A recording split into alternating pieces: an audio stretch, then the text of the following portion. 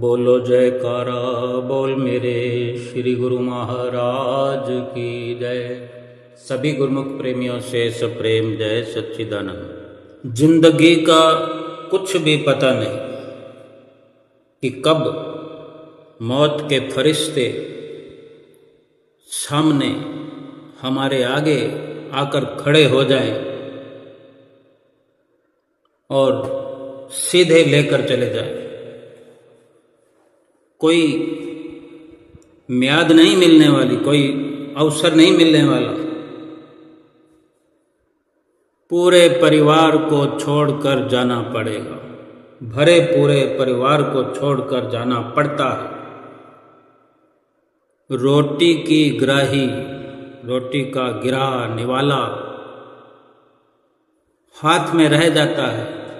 अगर कोई रोटी खा रहा हो तो निवाला मुंह तक पहुंचने तक की मोहलत नहीं मिलती। अगर हुक्म आ गया, मौत का फरिश्ता आ गया, तो फिर सलाह नहीं करते कि भाई तुम रोटी तो क्या एक निवाला भी खा लो जब तक हम इंतज़ार करते हैं। तुरंत हाथ का हाथ में पड़ा रहेगा और मुंह में मुंह जो निवाला हम ले जा चुके हैं वो चबाने तक भी फुर्सत नहीं मिलेगी, वो मुंह में रह जाएगा। गाड़ी में बैठे हैं, गाड़ी में चढ़ रहे हैं, पैर नीचे नहीं रख सकते, उतर रहे हैं तो चढ़ रहे हैं तो पूरा पैर ऊपर रख करके बैठ नहीं पाते, बीच में रह जाते हैं। कब किस वक्त हार्ट अटैक आ जाए, किस बहाने से कब किस वक्त मृत्यु आ जाए। किस बात का घमंड करते हैं हम, किस बात का हम अहंकार लिए फिरते हैं। एक पल का भरोसा नहीं और हम अपनी प्लानिंग बनाते फिरते हैं। उसकी प्लानिंग का तो हमें पता ही नहीं है कि वो क्या प्लानिंग बना रहा है। उससे तो जुड़ने की भी हमें फुर्सत नहीं, उससे मिलने की फुर्सत नहीं, उसकी तो याद ही नहीं है। बस अपनी प्लानिंग में हम लगे हुए। महापुरुष फरमाते हैं जितना हो सके उसके साथ मिलकर के प्लानिंग करो। सतगुरु ने इस दुनिया में आकर हमारी खोज खबर कर ली है, हमें ढूंढ लिया है। अब तो हमें सचेत हो जाना चाहिए। अगर अब भी सचेत न हुए तो फिर नहीं हो पाएंगे। जन्म तो हाथ से गया और फिर 84 लाख योनियां भुगतनी पड़ेगी। महापुरुष फरमाते हैं खुद को यात्री समझकर सदैव हमेशा यहाँ मेहमान की तरह बनकर रहो इस दुनिया में। ये दुनिया सदा सदा के लिए नहीं है। एक मुसाफिर खाना समझ करके इस दुनिया में सफर करो। पूरब पुण्य फलें समुदायी, सतगुरु मिले परम सुखदाई। सतगुरु शरणी जो भी आए, प्रेम भाव से शीश झुकाए। ये सतगुरु जो मिले हैं बड़े ही पुरबले पुण्य फल देने को आए हैं। ये उन पुण्य कर्मों का ये नतीजा है जो सतगुरु की हमें रहनुमाई मिल रही है। और वो भी सतगुरु ने स्वयं दया करके हमें अपने चरण शरण में लगाया है। सतगुरु के चरणों में, सतगुरु की शरण में प्रेम भाव से सदा शीश झुकाते चले। ये संसार में जो रात और दिन गलतान हैं, भूले फिरते हैं, मदहोश हुए, जाने कौन सी दौलत का नशा चढ़ा हुआ है जो भगवान को भूल गए। एक नशा वो भी होता है जो भगवान के प्रेम का जिनको चढ़ जाता है वो दुनिया को भूल जाते हैं, और ये जो दुनिया का नशा है ये भगवान को भुला देता है। दुनिया भर की कमाई करें, चाहे जो कुछ मिल्कियत यहाँ पर एकत्र करें, जायदाद बनाएं, अपने लिए उसमें कुछ भी नहीं है। हमारे निजी कार्य में कुछ भी साथ काम आने वाला नहीं है, क्योंकि निजी कार्य में जो हमारा निजी कार्य है, भजन सुमरन भक्ति भजन बंदगी, उसमें काम तो तब आएगा ना जब हम सचेत होकर के भजन बंदगी में लगेंगे। अगर भजन बंदगी करने लगें तो संसार की बहुत सारी वस्तुएं भी भजन बंदगी में सहायक होती हैं। ये रिश्ते नाते भी भजन बंदगी में सहायक हो जाते हैं। रुपया पैसा भी भजन बंदगी में सहायक होता है।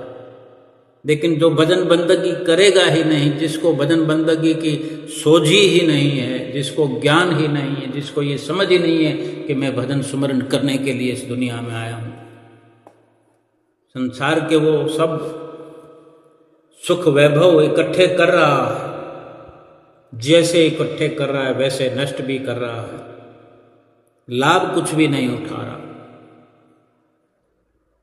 जितनी कमाई हम करते हैं, जितना पैसा हम कमाते हैं, उस पैसे से ही सारी वस्तुएं खरीदते हैं, सुख सुविधाएं खरीदते हैं। एक मकान बनाते हैं तो पैसों से ही बनता है, गाड़ी खरीदते हैं तो पैसों से ही खरीदी जाती है। कोई भी वस्तु, कपड़ा खरीदें, सोना खरीदें, चांदी खरीदें, जूता चप्पल, जो कुछ भी इस दुनिया में सब पैसे से मिलता है। तो हम इसी माध्यम से समझते हैं कि जितना इंसान कमाता है, आजकल तो क्या स्त्री क्या पुरुष सभी कमाते हैं। हमें समझने का यही है कि जो कमाई करने के लिए जा रहा है, घर से निकल रहा है, अगर एक प्रकार से ही समझते हैं कि जैसे मैं कमा के आता हूँ, बिजनेस करता हूँ या कहीं नौकरी करता हूँ, प्राइवेट जॉब करता हूँ, सरकारी जॉब करता हूँ, किसी दुकान पे नौकरी करता हूँ, जितना मैं कमा करके लाता हूँ अपने घर परिवार में, उस कमाई का कितना हिस्सा मैं अपने आप पर खर्च करूँगा। या आप स्वयं देखिए, सब के सब गुरुमुख प्रेमी ये विचार करें, अपने आप से, अपने आप को सामने रख करके ये विचार करें कि जितनी कमाई आप और हम रोज करते हैं, सोचो एग्जाम्पल, जैसे 2000 रुपये रोज हम कमाते हैं। अब सब अनुमान मिलकर के लगाओ कि 2000 रुपये में आप अपने पर क्या खर्च करते हैं। ज्यादा से ज्यादा 5 या 10%, और ज्यादा लगा लो, 15% लगा लो। अगर 2000 में 15% भी हो तो 300 रुपये हम अपने आप पर खर्च करते हैं। 2000 के लिए क्या कुछ हम नहीं करते। झूठ बोलते हैं, कपट करते हैं, छल करते हैं, ठगी करते हैं। ये बड़े बड़े गुनाह हैं जो इन 2000 रुपयों को कमाने के लिए हम रोज करते हैं। सोते हुए भी प्लानिंग करते रहते हैं कि ऐसा करेंगे वैसा करेंगे, रोज नित नए तरीके अपनाते हैं ग्राहकों को लुभाने के लिए, पैसा कमाने के लिए। 2000 से 3000 रुपये कमाई हो जाए, इस फिराक में रहते हैं, इसके लिए जतन करते रहते हैं। अब सोचो 2,000 रुपये में 300 रुपये ज़्यादा से ज़्यादा हम अपने आप पर खर्च करते हैं, और 2,000 रुपये के लिए कितना झूठ बोले, कितना कपट छल सब कुछ किया। वो 1,700 रुपये बाकी के घर परिवार में खर्च होते हैं। चाहे कुछ भी खरीदे, उसका उपभोग तो बाकी के लोग ही करेंगे। अगर छोड़ कर जाएंगे एकत्र किए हुए तो भी उसको दूसरे खर्च करेंगे। रोज का रोज अगर हम समाप्त कर देते हैं पूरे रुपयों को, तो रोज का रोज दूसरे लोग खर्च कर लेते हैं। जो हमने 2,000 रुपये के लिए गलत कार्य किया, झूठ बोल करके, छल कपट करके, किसी को गुमराह करके, बहका करके, ये सब तो होता ही है। ये तो होता ही होता है। कोई कहे कि नहीं, सच बोल के ही हमारा काम होता है, तो सच बोलकर काम करने वाले की तो बात ही यहाँ नहीं हो रही है। केवल इन गुनाहों से अपने आप को हम बचाएं, पापों से अपने आप को बचाएं। जो भी हम कर्म करते हैं वो हम स्वयं ही उसके भागीदार हैं। भुगतान हम ही को करना पड़ेगा। 2,000 रुपये की जवाबदारी हमारी है। हमने किस प्रकार से, किससे कितने पैसे लिए, क्या सामान उसको बेचा, उसमें भी अगर उस सामान में अगर शिकायत है, किसी का दिल दुखा है, किसी के लिए वो सामान काम नहीं आया है, बदलने के लिए हमने इनकार किया है, ये सारा कुछ उसमें आ गया। झूठ, छल, कपट, ठगी, ये सब कुछ उसमें शामिल हो गया। अब उसका जो भुगतान करेंगे हम, झूठ बोला है तो उसका भुगतान करेंगे। छल किया है, कहा कुछ, हुआ कुछ, सामान दिया कुछ, निकलेगा कुछ। अनेक प्रकार की ये समझने की बात है कि अगर हमने स्वयं अपने कर्मों का भुगतान करना है तो फिर इस प्रकार से एक होड़ समझ करके जो हम झूठ बोलने में लगे हुए हैं, छल कपट करने में लगे हुए हैं, इसका फायदा क्या है? एक विचार करना है कि अगर हमने जो कमाया, हिसाब तो पूरा हमने देना है। यानी पाप कमाई कर रहे हैं, पाप कर रहे हैं, झूठ बोल करके, छल कपट करके, ठगियां करके कमा रहे हैं। खर्च तो हमने अपने पर किया 10%, 15%। भुगतान तो हमने 100 का 100% का करना है। जैसे कोरा पाप है, पाप कमाया है, तो पाप की मार तो हमको खानी पड़ेगी। 84 लाख योनियों में हमने पच पच के मरना है, बुरे हालातों से गुजरना है, पहले भी गुजर के आए हैं और फिर उन हालातों से रूबरू होना है। और जिन्होंने वो सब उपयोग किया, उपयोग करना है, वो ऐश कर रहे हैं, उनको कोई लेना देना नहीं।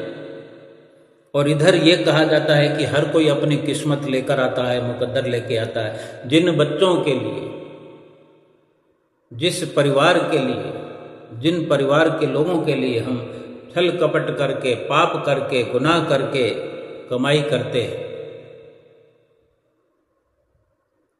वो हमारे भोग में भागीदार बनने वाले नहीं। और फिर ये भी शास्त्रों ग्रंथों में भरा पड़ा है, ये सत्य, ये अटल सत्य कि हर कोई अपने मुकद्दर का लाता है। तो फिर पाप करके क्यों, झूठ बोलकर क्यों, ठगी करके क्यों, किसी को धोखा देकर या किसी को दिल दुखा करके क्यों कमाई करें? और सच के रास्ते पर चलकर ही, सच बोल करके, कम मार्जिन रख के, कम से कम मार्जिन में माल बेचकर, या फिर कहीं पर नौकरी है हमारी, उसको ईमानदारी से करके, और जो कुछ भी हम लाते हैं उसमें एक लिमिट जो बनी होती है संतों महापुरुषों के नज़रिए में, उनके वचनों से हर कोई जानता है, फिर उसका पूरा पूरा सदुपयोग करें, लंगर के लिए, भंडारे के लिए, भक्ति परमार्थ के लिए। इस प्रकार का जीवन अगर बनाएं तो 84 लाख योनियों में जाने से बच जाएंगे। लेकिन हम दूसरों के लिए दूसरों के लिए ये ठगियां कर रहे हैं, चोरियां कर रहे हैं, झूठ और छल कपट कर रहे हैं, गुनाह कर रहे हैं। कब किस वक्त बुलावा आ जाएगा, कब किस वक्त मौत के फरिश्ते लेने के लिए आएंगे और लेकर के चले जाएंगे। जितना भी बैंक बैलेंस बनाया हो, एक पल भर में वो सब पराया हो जाएगा, दूसरों का हो जाएगा। कोई हमने प्लॉट ले रखा है, कोई बंगला ले रखा है, हमारी जरूरत से फालतू है, इन्वेस्ट कर रखा है, वो सब का सब पराया हो जाएगा, दूसरों का हो जाएगा। तो आज हम जिंदा हैं तो आज भी तो हम ये समझ सकते हैं कि ये दूसरों का है, ये पराया है। और पराये को अपना मान करके हम ठगियां करते रहें, चोरियां करते रहें, झूठ बोलते रहें, और उसी माल और जर की, यानी उसी दौलत की, उसी खजानों की हम संभाल करते रहें, रखवाली रखते रहें, चौकीदार बने रहें। क्या समझ है ये? जो वस्तु पराई हो ही जानी है, लेकिन हमें किसी ने मजबूर थोड़ी किया है कि हम उस वस्तु को अगर अभी से पराया समझ लें। हम स्वतंत्र हैं, अपनी सोच को जैसा चाहें बना सकते हैं। महापुरुषों के नज़रिए से तो यही ठीक है कि हम अभी से समझें कि जो भी हमारे पास है वो अपना तो नहीं है, अपना तो हो ही नहीं सकता, तो क्यों ना उसको खर्च करें, इस प्रकार सदुपयोग करें इस तरह कि कुछ अपना बन जाए।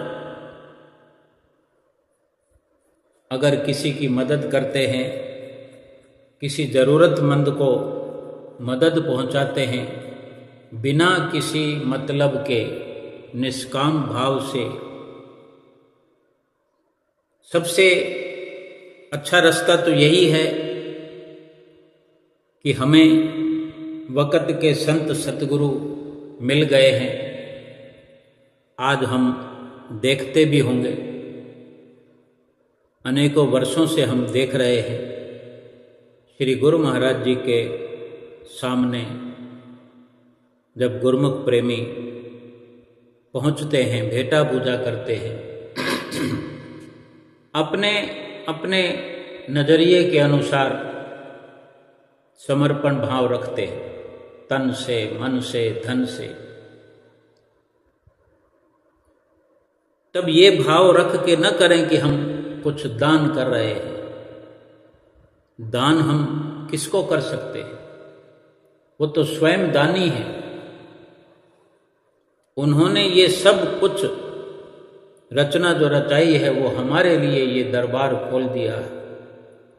अति उत्तम ये रास्ता बनाया है, भक्ति की राह बनाई है कि हम नियम पूर्वक सतगुरु के चरणों में जो कुछ भी समर्पित करें, तन समर्पित करते हैं सेवा के लिए, सेवा की मांग करते हैं, तन हमारा रोगों से मुक्त हो जाता है, तन पर आने वाले कष्ट मुक्त जीवन हो जाता है, ये निरोगी काया हो जाती है, शरीर स्वस्थ हो जाता है हमारा। और जो इसके बाद भी हम सेवा का कार्य जो करते रहते हैं, फिर वो सेवा जमा होने लग जाती है, सीधे हमारे साथ जाने का वो इंतजाम होता है। इसी प्रकार धन भी जो हम समर्पित करते हैं वो पाप से कमाया जा रहा है। जितना हो उतना अधिक से अधिक ध्यान रखते हुए कमाएं, झूठ ना बोल करके सच बोलते हुए कमाएं।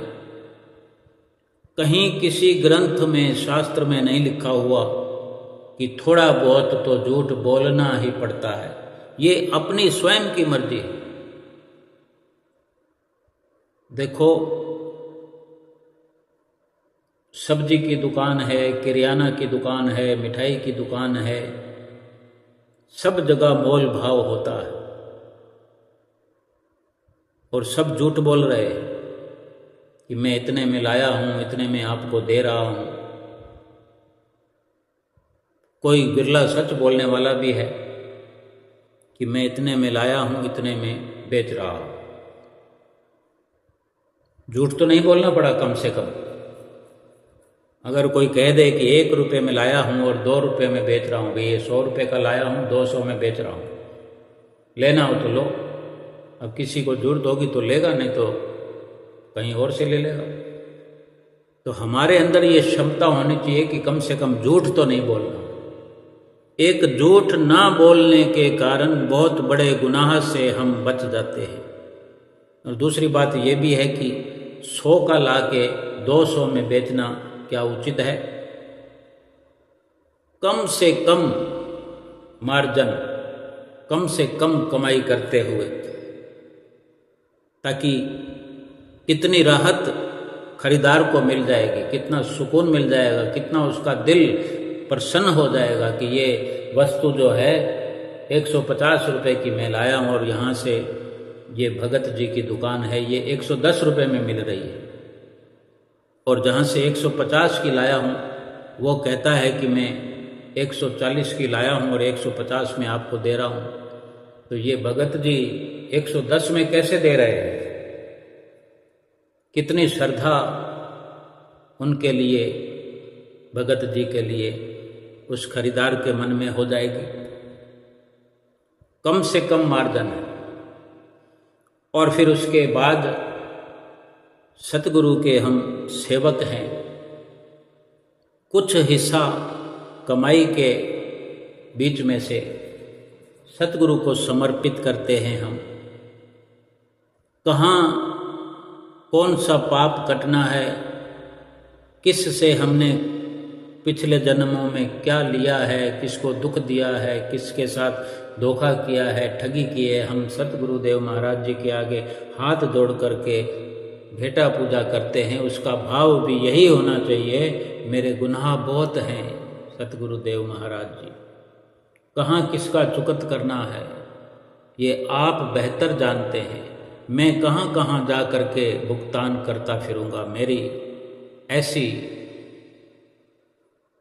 ताकत नहीं है, मैं सक्षम नहीं हूँ। और आप तो समर्थ हैं, सब कुछ करने कराने वाले हैं। देखो, श्री दरबार की तरफ से कितनी सुविधाएं हैं,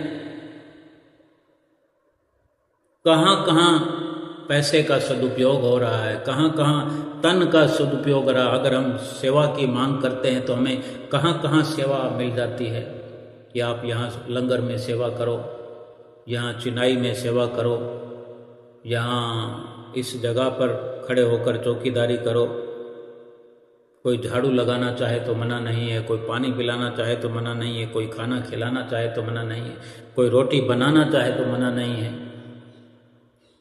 सेवा के कार्य जितना भी हम भाव से करते हैं, माताएं बहनें लंगर के लिए कितनी गर्मी के अंदर चूल्हों पर तवे के ऊपर रोटियां बनाती हैं, कितनी गर्मी होती है वहाँ पर, क्या ज़रूरत है। वो अपने पापों का निवारण होता हुआ अपनी आँखों से देख रही है, अपने मन मस्तिष्क से महसूस कर रही है कि कितना उनको सुकून मिल रहा है उस आग के नज़दीक बैठकर गर्मी के दिनों में भी। महात्मा लोग, भगत लोग कैसे तंदूर के अंदर हाथ डाल करके रोटियां लगाते हैं, सब्जियां बनाते हैं, दूध गर्म करते हैं, कितने बड़े बड़े पतीले होते हैं, बड़े बड़े सब्जी के पतीले होते हैं। केवल ये थोड़ा सा ही बताया जाता है, यानी तन हम हवाले करें, धन भी यथा योग्य हवाले करें, और मन भी। मन से जब हम समर्पित होते हैं, हमारा भाव सतगुरु के चरणों में समर्पित होता है तो मन संवर जाता है। मन को समर्पित करने से तो और हजारों काम हमारे बन जाते हैं। गुरबाणी का कथन जो हम भी अक्सर पढ़ा करते हैं, श्री गुरु महाराज जी की आज्ञा हुई थी कि रोज पढ़ा करें, उसमें ये लाइन आती है, मन बेचे सतगुरु के पास तिस सेवक के कारज रास। मन को समर्पित कर दिया, समझ लो कि सीधे सीधे शब्दों में कि मन को बेच दो, सतगुरु के हवाले कर दो, अपना अधिकार ही मत रखो मन पे। ना मन हमारे पास रहेगा, ना मन से कोई ख्याल उठेगा, ना ये मन कोई मर्जी चलाएगा, ना मन हमें अपने कहने पर चलाएगा, और ना ही हम कोई पाप कर्म करेंगे, ना हम पापों को भुगतने के किसी भी प्रकार के भागीदार बनेंगे, बल्कि सतगुरु की आज्ञा और मौज पर चलते जाएंगे। झूठ बोलना सरासर इंसान के पतन की बात है, पतन हो जाता है। झूठ बोलते रहने से लगातार विनाश होता रहता है। शरीर तो सबका मिट जाना है, समाप्त हो जाना है, शरीर छूट जाना है, लेकिन एक भजन भक्ति में शरीर छूटे। जो रात और दिन हम कमाई करते हैं, उसमें भक्ति की भी तो कमाई होनी चाहिए।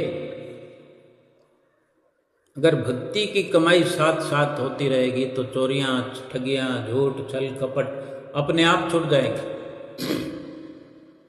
एक एक करके ये सारी बीमारियां निकल जाएगी अपने अंदर से। एक गांव में एक महात्मा जी आए,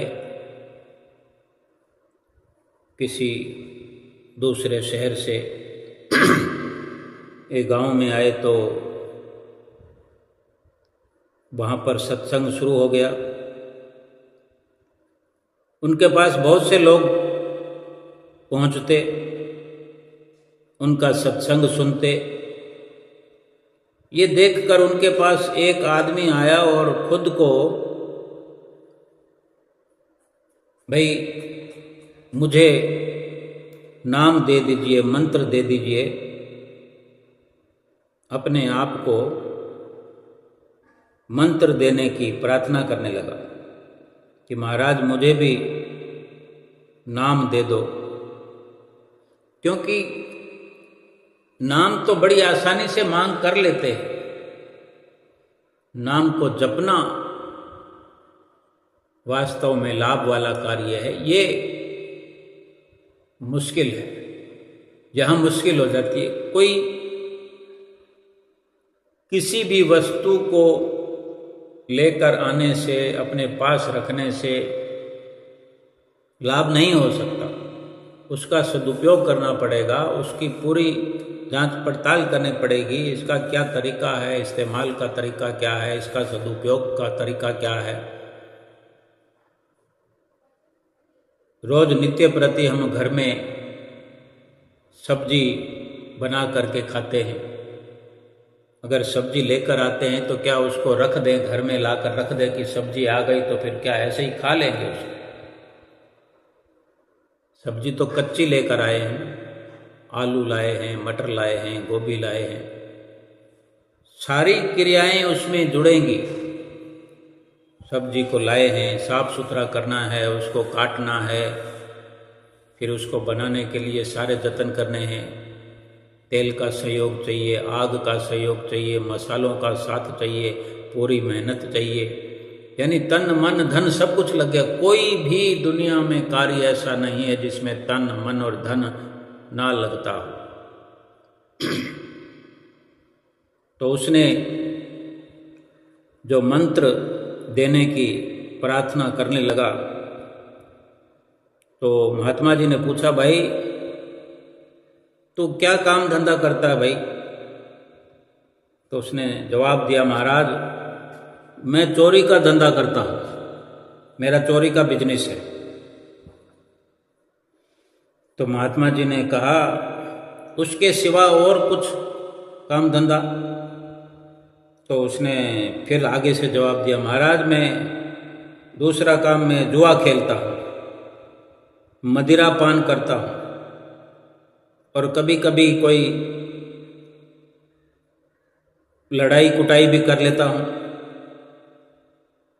और खास बात है कि बार बार मुझको झूठ बोलने की आदत है, झूठ बोलना पड़ता है। इन सब कामों में झूठ बोलने की जरूरत पड़ती है। सब कुछ बता दिया उसने। अब महात्मा जी कहते हैं, भाई ठीक है, अब एक बात ये बताओ कि तुम इन सब में कोई चीज, कोई आदत छोड़ सकते हो क्या? कोई संकल्प कर सकते हो, प्रतिज्ञा ले सकते हो? जो तुमने इतने काम धंधे बताए, इनमें से कोई एक आधा काम भी तुम छोड़ सकते हो, वो बताओ कि फिर वो काम तुम ना करो। तो फिर वो सोचने लगा, सोचता है कि अगर चोरी नहीं करूँगा तो भूखा मरूंगा, मदिरा का पान नहीं करूँगा, शराब नहीं पीऊँगा, तो ये तो आदत ऐसी है कि छूट नहीं सकती। ये सारी चीज़ें सोच करके फिर कहने लगा, आसान काम यह है कि झूठ बोलना अगर छोड़ दूँ तो इसमें कुछ खर्चा नहीं है। अब देखो, है तो बड़ा मुश्किल ही है, जब वो खुद कह रहा है कि सारे कामों में झूठ बोलना पड़ता है, लेकिन वो अपने नज़रिए से यही फैसला कर पाया कि अगर झूठ बोलना छोड़ दूँ तो इसमें कोई दिक्कत नहीं है, ना मेरी कोई आदत खराब होएगी, ना मुझे कुछ खर्चा आएगा, ना मेरा धंधा खराब होगा, चोरी भी करता रहूँगा मैं, क्योंकि मुझे एक चीज़ छोड़नी है। अब वो ये नहीं सोच सकता कि झूठ बोलना कितना बड़ा गुनाह है। उसने उसको हल्के में लेकर, लेकिन एक अपने अंदर विचार पक्का कर लिया कि ये मैं छोड़ सकता हूँ, और महात्मा जी से कह दिया कि महाराज झूठ बोलना छोड़ सकता हूँ। तो महात्मा जी ने कहा कि ठीक है, और उसको नाम की दीक्षा दे दी, मंत्र दे दिए। थोड़े दिन के बाद वो चोर राजा के महल में चोरी करने गया, और वहाँ दीवार में एक कील मारकर ऊपर चढ़ गया, क्योंकि महलों की तो बड़ी ऊंची ऊंची दीवारें होती है, तो वो कितनी भी ऊंची दीवारों को फांद लेते हैं। मोटी मोटी वो अपने पास कील रखते हैं और दीवार में डालते जाते हैं और ऊपर चढ़ते जाते हैं, सीढ़ियों की तरह इस्तेमाल करते हैं। तो पहुंच गया, ऊपर चढ़ गया महल में। गर्मी के दिन थे, ऊपर छज्जे पर राजा घूम रहा था। अब जैसे ये पहुंचा तो राजा ने देख लिया, भाई तुम कौन हो? तो वो कहता है, मैं चोर हूं। और फिर वो चोर पूछता है आप कौन हो? तो राजा ने कहा मैं भी चोर हूं, चलो हम दोनों मिलकर राजा का भंडार लूटते हैं। चोर को भी यकीन हो गया कि जैसे मैं महल की छत पे आया हूं तो ये भी वैसे ही आया होगा। और जब स्वीकार कर लिया राजा ने कि मैं भी चोर हूं तो उसको जल्दी यकीन हो गया। और राजा जो कहता है कि चलो मिलकर प्लान करते हैं पार्टनर में। तो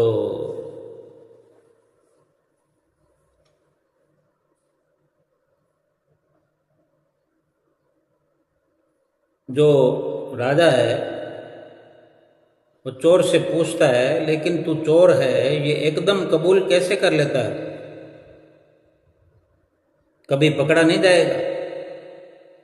ऐसे तू बोलेगा सब जगह, चोरी करके कोई ऐसे थोड़ी बोलता, तूने तो साफ बोल दिया कि मैं चोर हूं। ये राजा चोर से पूछ रहा है। तो चोर कहता है महाराज,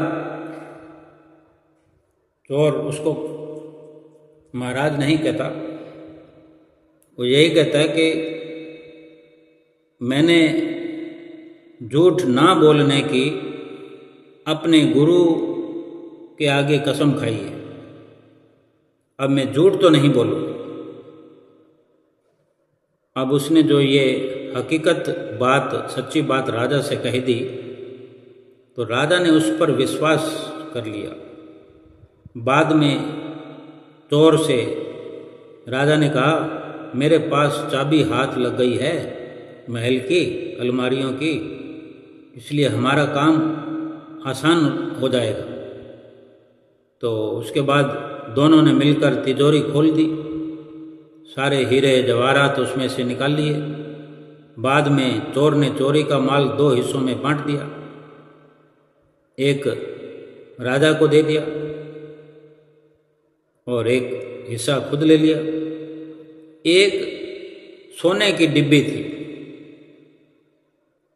और उस सोने की डिब्बी में 3 हीरे पड़े हुए थे। अब उनका हिस्सा कैसे करें? सोच विचार में पड़ गया वो चोर। तो राजा ने कहा भाई ऐसा करो, अपने इन हीरों को बांटने में दिक्कत हो रही है, एक हीरा राजा के लिए छोड़ दो, महल में ही पड़ा रहने दो, और एक एक हम दोनों रख लेते हैं, एक तुम ले लो एक मैं ले लेता हूँ। तो वो चोर राजी हो गया कि बात तो ठीक है, बंटवारा तो ऐसे ही होगा, नहीं तो 3 के लिए तो लड़ाई हो जाएगी।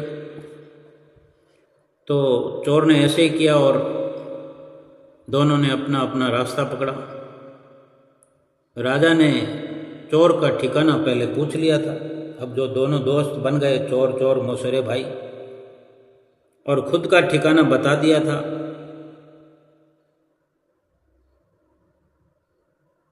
दूसरे दिन राजा ने दीवान को बुलाकर खजाने में चोरी की बात कही। भाई क्या क्या गया है ये भी बता दिया।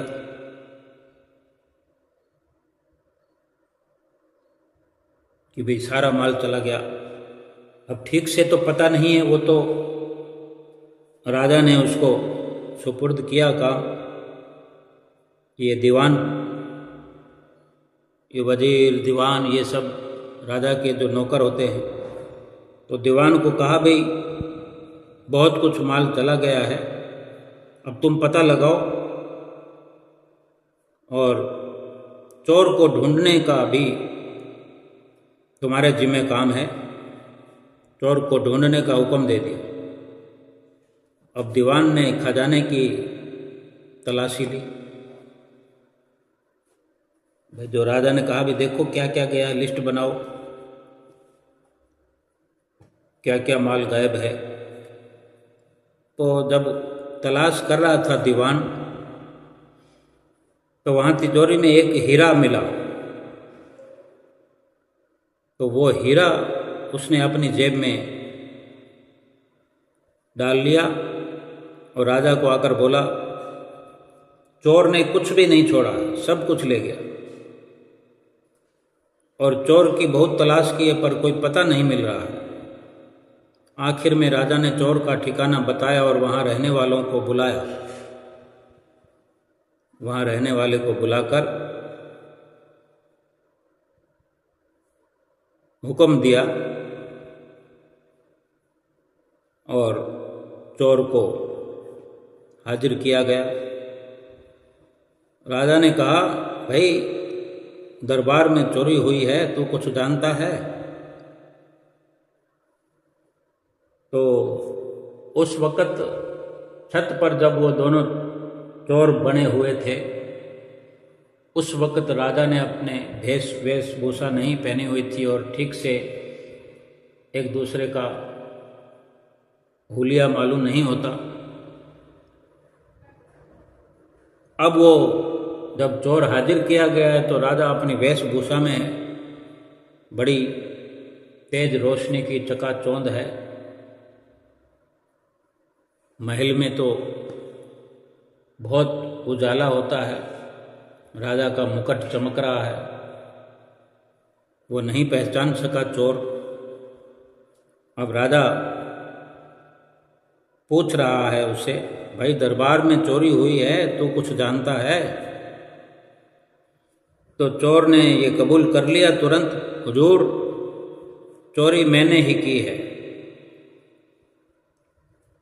अब राजा ने फिर पूछा, सब कुछ ले गया या कुछ रहने भी दिया है? तो चोर बोला, महाराज तिजोरी में 3 हीरे थे और हम 2 चोर थे, तो हम दोनों ने एक एक हीरा बांट लिया और एक हीरा आपके लिए छोड़ दिया था। अब राजा ने दीवान से कहा कि वो हीरा आपकी जेब में है, वो निकालो। दीवान तो घबरा गया, लेकिन वो जेब में से हीरा निकाल कर दे दिया। तो राजा ने कहा कि आज से ये जो चोर है ये दीवान बनाया जाता है, क्योंकि ये सत्य बोलता है और प्रामाणिक है। इसका पूरा प्रमाण है कि ये सत्य बोलने वाला है। और उस दीवान को निकाल दिया वहाँ से। बाद में उस चोर से राजा ने कहा, आपको गुरु ने जो सत्य बोलने की प्रतिज्ञा करवाई है, उस सत्य के पालन करने से ही आप चोर से आज दीवान बनाए गए हैं। गुरु जी के आपको फिर से दर्शन हो जाएं तो मुझे भी दर्शन करवा देना, जिससे मैं भी उनका सदुपदेश ग्रहण कर सकूं। तो ये सुनकर चोर के मन में विचार आया कि केवल एक झूठ को छोड़ने से, अपने गुरु के आगे सत्य बोलने की जो जिम्मेदारी मैंने ली और उसको पूरा निभाया, इतने से मनन से, अमल से मैंने दीवान का पद प्राप्त कर लिया।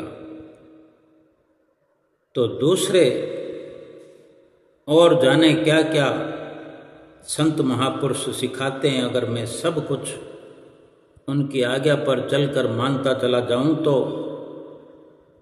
क्या मालूम कौन कौन सी पदवियां मुझे हासिल हो जाएगी। ऐसा विचार कर रहा था। और थोड़े दिन के बाद गुरु जी वहाँ आए और दीवान से मिले। दीवान ने गुरु के चरण पकड़कर प्रणाम किया। तब गुरु जी ने पूछा, आप कौन हैं? वो गुरु जी, महात्मा जी, दीवान को नहीं समझ पाए जो चोर दीवान बना बैठा है। तो दीवान कहता है, कुछ समय पहले आप मेरे गांव में पधारे थे और सबको धर्म का उपदेश करते थे। वहाँ तो नीति नियम और धर्म के बारे में जो दीक्षा देते थे, तभी मैं आपके पास आया था और आपने मुझे भी धर्म की दीक्षा ग्रहण करने को कहा था। तब मैंने आपसे अपना परिचय दिया था कि मैं चोर हूँ, मैं चोरी, जुआ और सब प्रकार के पाप कर्म करता हूँ। तो आपने जो उनको छोड़ने के लिए कहा था, तो मैंने कहा कि सारे काम तो मैं नहीं छोड़ सकता, मेरा धंधा है, बिजनेस है। केवल सत्य बोलने की बात को मैंने स्वीकार किया था और झूठ बोलने को छोड़ दूंगा, झूठ नहीं बोलूँगा आज से, ये मैंने प्रतिज्ञा की थी। तब आपने मुझे सत्य बोलने की प्रतिज्ञा करवाई और नाम दान दिया, तो उसका पालन मैं करता रहा उसी सत्य की महिमा से। यहाँ के राजा ने मुझे सच्चा इंसान समझकर दीवान बना दिया। हालांकि सत्य बोलने में मुझे बहुत मुश्किलों का सामना करना पड़ा, मार खानी पड़ी, परंतु उसके पालन का उपदेश आपने ही किया था।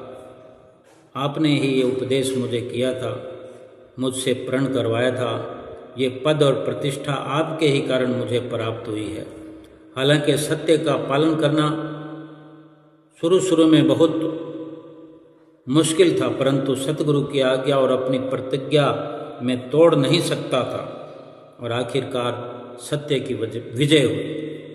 ये सुनकर वो गुरु बहुत प्रसन्न हुए और प्रसन्न होकर कहने लगे, उपदेश लेने तो मेरे पास बहुत से लोग आते हैं, आज तक बहुतों ने उपदेश लिया, परंतु उसका पालन तो तुम ही ने किया और फल भी तुम्ही को प्राप्त हुआ।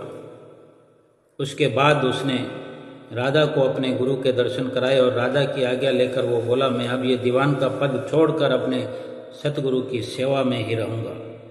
ये सुनकर राजा को बड़ा आश्चर्य हुआ। वो कहने लगा कि सांसारिक पदार्थों को छोड़कर सतपुरुषों के संग से जो त्याग अवस्था को प्राप्त करते हैं वे धन्य हैं। राजा ने भी उन महापुरुष से सदुपदेश लेकर स्वयं का राज्य अपने पुत्र को दे दिया। दीवान और राजा उन दोनों सत्पुरुषों के साथ जाकर पूरा मोक्ष को प्राप्त करने में लग गए, सच्चाई के रास्ते पर चल पड़े, संसार से हमेशा के लिए निवृत्त हो गए। इस तरह यदि एक गुण को सतगुरु से अगर प्राप्त करके संसार का पद वैभव प्राप्त किया जा सकता है, तो सोचो इसी सच्चाई के रास्ते चल करके जो हमें रात और दिन श्री गुरु महाराज जी ये 5 नियमों की पालना के बारे में नित्य प्रति प्रण करवाते हैं, आज्ञा फरमाते हैं, आज्ञा पर चलने का हमें नित्य प्रति उपदेश देते हैं। सोचो ये आध्यात्मिक विषय है, ये केवल इस संसार के पद वैभव को प्राप्त करने का विषय नहीं है, बल्कि लोक और परलोक दोनों संवारने का विषय है। जो सुमरन के बारे में रोज नित्य प्रति हमें हिदायत फरमाते हैं कि 2 घंटे सुमरन, अगर इस प्रकार हम भक्ति की राह पर चलते हुए और श्री सद्गुरुदेव महाराज जी की आज्ञा का नित्य प्रति पालन करें, रोज का रोज नित्य नियमों की पालना करते हुए और 2 घंटे भजन अभ्यास करते हुए संसार में रहकर ही संसार से विरक्त होकर के, संसार से न्यारा होकर के इस लोक को भी सुखी बना सकते हैं और परलोक सुहेला कर सकते हैं। बोलो जयकारा बोल मेरे श्री गुरु महाराज की जय।